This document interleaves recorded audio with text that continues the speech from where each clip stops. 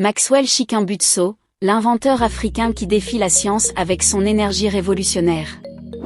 Mon nom est Maxanom. Dieu m'a donné quelque chose qui va changer le monde.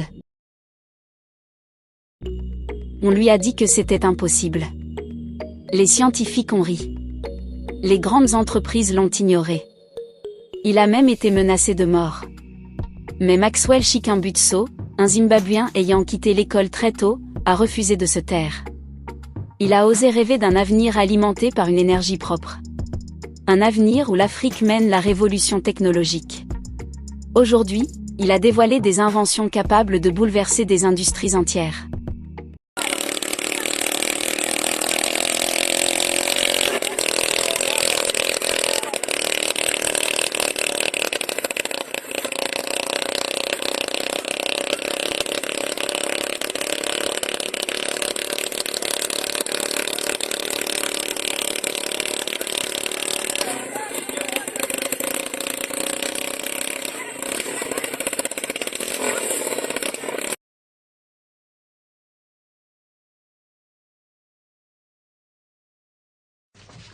Regardons du côté du ciel congolais à présent pour un événement très attendu. La République démocratique du Congo a lancé sa 3e fusée Troposphère 5. Bernard à Paris et Francine Mokoko à Kinshasa. Plus lourde, plus haute, plus puissante. Après 3 mois de recherche, l'équipe de l'ingénieur Jean-Patrice Keka a mis au point un nouveau prototype de fusée, la Troposphère 5. Les ultimes réglages se sont déroulés sur le toit du labo avant de mettre une couche de peinture. C'est le 3e tir d'une fusée pensée et construite par cette équipe de chercheurs congolais, un travail encouragé par les autorités. On a commencé à construire les avions comme ça, on a commencé à construire les véhicules comme ça.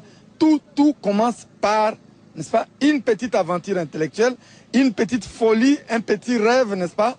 À partir de là, les grandes choses peuvent se faire. Maigre moyen mais grosses ambitions. Le but, atteindre une altitude de 36 km à une vitesse 3 fois supérieure à la vitesse du son, avec cette fois une innovation. Nous voulons envoyer un rat dans l'espace jusqu'à 36 km. Et ce rat, ça sera un premier être au niveau de la République démocratique du Congo. De nombreuses personnalités ont fait le déplacement à Menkao, à 150 km de Kinshasa, pour assister à l'événement. Le pas de tir s'anime, les heures tournent, le décompte se perd dans la nuit, déclenchant un véritable feu d'artifice.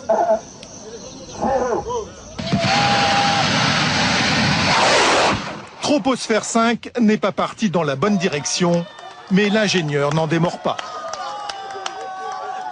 Effectivement, c'est une grande réussite. Je crois que vous avez vécu avec nous. Et les autorités sont-elles ravies?